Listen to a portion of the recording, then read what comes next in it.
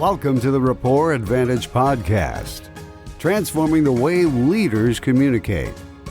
Here's your host, Alex Swire-Clark.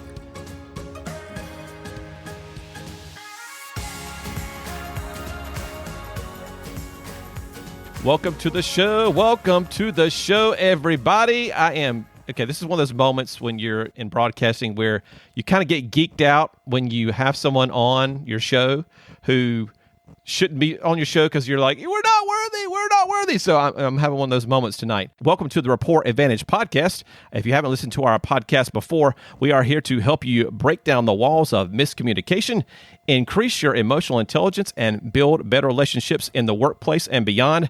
I am Alex Swire-Clark, CEO, speaker, and certified human behavior expert. And our guest tonight, I'm going to start off by reading a testimonial from one of his clients.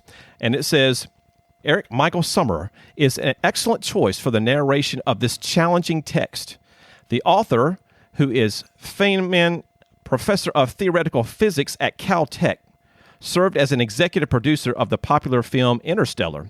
Here he provides a technical explanation of the theory of black holes and time warps that is pivotal to the believability of the film. And then it goes on to say some other accolades.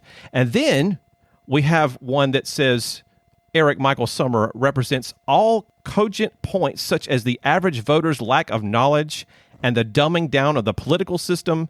And then Eric does such a fine job of capturing the story's wide-ranging emotions. He displays an inherent ability to portray rousing characters who are, at times, intentional caricatures of themselves. Ultimately, Vonnegut's classic still seems fresh thanks to a spirited reading that listeners will find entertaining. My guest today on the show is none other than Eric Summer, who is the de facto voice of the Dice Tower podcast. If you're not familiar with the Dice Tower podcast, it is a podcast about board games and card games and the people who play them. And so he is also a professional voiceover artist, and I'll let you give your full title there. But Eric, thanks so much for being on the show today. Alex, thank you for having me on the show. I'm excited to chat with you. It's going to be a great time. Give the folks listening a little bit of background about what your professional title is and kind of how you got started in that. Well, I think the official title is audiobook narrator and voice actor. And I've been doing it for, I want to say full-time since 2004. I was in radio in the Connecticut area for a few years before that, doing some voiceover work just as part of my radio gig.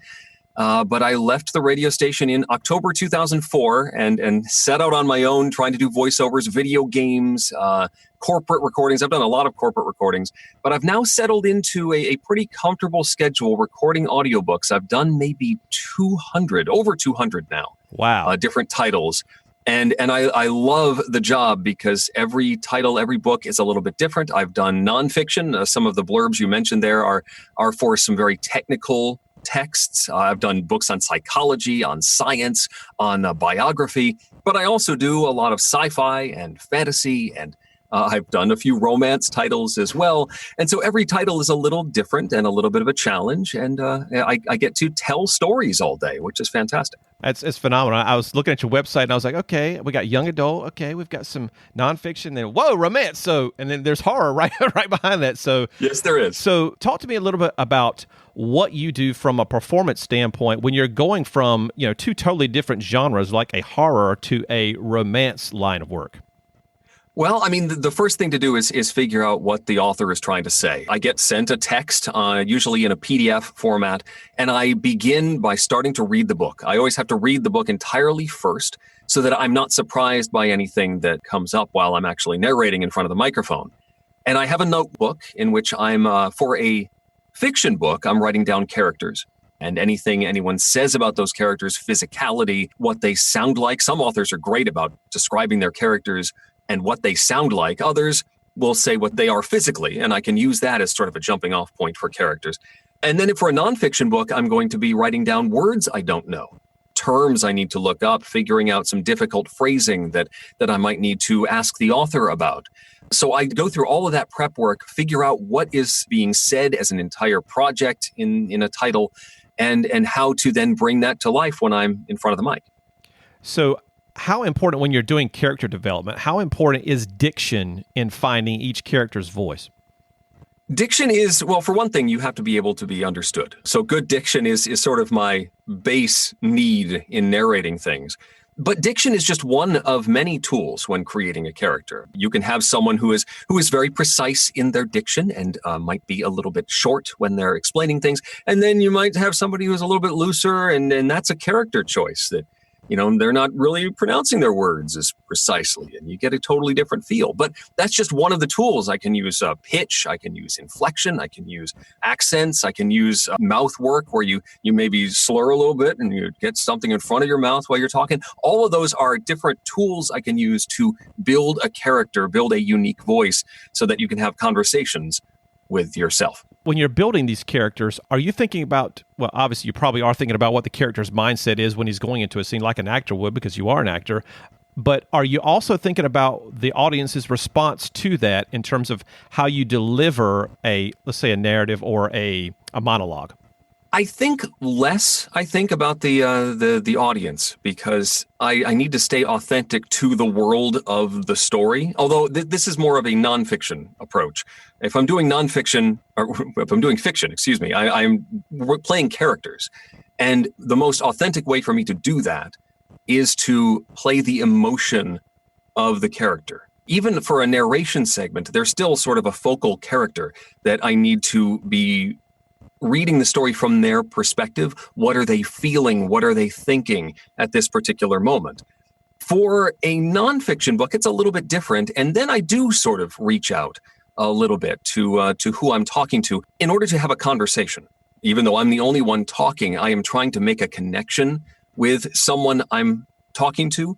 And the best way to do that is to actually picture a person that you are talking to. Even though I'm just talking to the wall inside my sound booth, I'm imagining that I'm having a dialogue with someone and taking the approach that this is something really interesting that you should hear. Let me explain it to you. That is such a cool dynamic and a cool way to think about things. So I guess the next question that follows is it more of a challenge for you to record without an audience or in front of one? Well, certainly my day-to-day bread and butter is sitting in front of the padded cell and talking without an audience. It's actually a little weird. When I do, for my work for the Dice Tower, we do lots of live shows with an audience. And even though I have a good live theater background, I've performed in front of audiences plenty, but it is a little different to actually perform with people watching. I'm just sort of used to being in my safe space. I do have an engineer, however, that works with me. And so I do always have some sort of audience, almost always have an audience that I'm not necessarily playing off of, but can get reactions from. And if I head off the deep end with a characterization or I'm mispronouncing some things, she is there to rein me back in. So I at least have that safety net when I'm doing my regular job. But it is a little weird when I've been narrating for weeks on end inside my box, and then we have a show for the Dice Tower, and suddenly I'm in front of 1,000 people at Gen Con, and yeah, that's a little bit of a transition. I've seen some of the videos for the live shows, and they're just absolutely, the energy in the room is there's always a buzz. And so how do you feed off of that energy, or do you have to minimize that to basically perform in a professional manner when you're in front of those folks? Well, I mean, you need to have energy. You have to thrive off of that energy. And what is often said is if you aren't a little bit nervous, then you're not doing it right. There should be, if you're not nervous, if you're not concerned about doing a good job, making a good impression when you're on stage, you lose something. You lose some of that connection. Part of that connection is you're the one on the spot. Let's do this. But the key is then focusing that nervous energy into your performance, into what you're doing, what you're saying. And so, yeah, I don't feel like I need to dim it down. I don't tend to get overexcited, but I do appreciate getting that feedback and reading the room and knowing when something is working or when something isn't. And that's an important aspect of live performance as well. So when you get ready to get into that mode, whether it be live performance in front of an audience or behind their microphone, do you have a routine that you normally follow to prep yourself both mentally, from a physical standpoint with your voice and so forth? I have a series of stretches and vocal warm-ups that I like to do. The one thing I don't want is to be is to have some sort of barrier to my performance. My jaw's a little stiff or something like that. I haven't stretched out my mouth enough, or my voice is a little tired. Right now, it's allergy season, and so I'll wake up in the morning, walk the dog, and I've collected a whole bunch of pollen. And I will have to, I drink my lemon water and do some warm-ups just to clear the vocal cords and get things working properly at first. I hate having mechanical issues get in the way of my performance. I'd much rather mess up due to my mental block rather than a physical block. That makes sense. So from the perspective of body language, how big of a role does that play when you're doing your voiceover work? I mean, are you one of those demonstrative types, or is it you just kind of stay centered? I like to do a little bit of physical. There is the danger that I can't do too much physical because then I bump the mic or I make rustling noises. If I lean too much around in my chair, it starts creaking and making noise. So I can't do that. But I can do very small motions. And I'll often do hand gestures, very, very limited within the maybe 1.5 feet of space I've got that I can play with without smacking my iPad while I'm narrating. But I do find it helps. If I'm doing a particular character, sometimes a hand gesture really helps me get into the voice and really bring that to life, as opposed to just sitting as still as possible. I've had voice instructors get mad at me for doing physical things. And then I've had others say, go for it, do that. That helps you get into the characters. Whatever helps you get into the vocal sphere of someone, do it. And if you could see me right now, I'm making all sorts of gestures with my hands and trying not to hit the microphone. So I do find it very helpful. And sometimes just getting into a voice, changing your posture is a good way to do that. If I could maybe sit up a little straighter and take a big deep breath, and now suddenly I'm speaking a little lower and a little more forcefully. And so if I were doing, say, a superhero or a villainous character, I might do that in order to just subtly change the chamber, my resonance chamber in my chest, to give you a slightly different sound to the voice. You mentioned coaches a moment ago, and I'm a huge fan of having mentors. Do you have a specific mentor who's made a tremendous impact in your career? I think probably the closest I've had is a gentleman by the name of Patrick Fraley. He is a vocal coach out of LA. He has done tons of work in animation. He was the voice of Krang on the Teenage Mutant Ninja Turtles. Mm-hmm.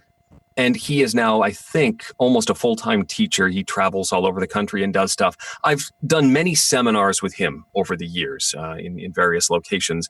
And he's been one that I've learned a lot from and has been very encouraging. And after I did an audiobook seminar with him, maybe a month later is when I got a call from Audible asking me to do an audition. So that's always something I've connected as far as taking classes with Pat and then getting work out of it. So yeah, I give him at least a little bit of credit for as far as I've gotten. That's awesome. That's awesome. So Eric, if people want to get in touch with you or learn more about what you do and how you do it, or possibly hire you for a project they have, how can folks do that? Well, my website is ericsummerer.com. That's ERICSUMMERER. It's not the best of websites, but it works. You can get a hold of me and see some of my credits. And also, if you're interested in the Dice Tower, that is at dicetower.com. You can find out all sorts of board gaming knowledge and see what I do for fun, basically. And you can follow me on Twitter. That's at Eric Summerer. I'm a huge board game guy, so I can't let you escape without asking you at least one or two board game questions. The first one is, what's your favorite game mechanic? My favorite game mechanic is pick up and deliver. I like to have a map and figure out the efficient way to get one thing from one spot to another spot, fulfill some orders, make some money. That's my sort of thing.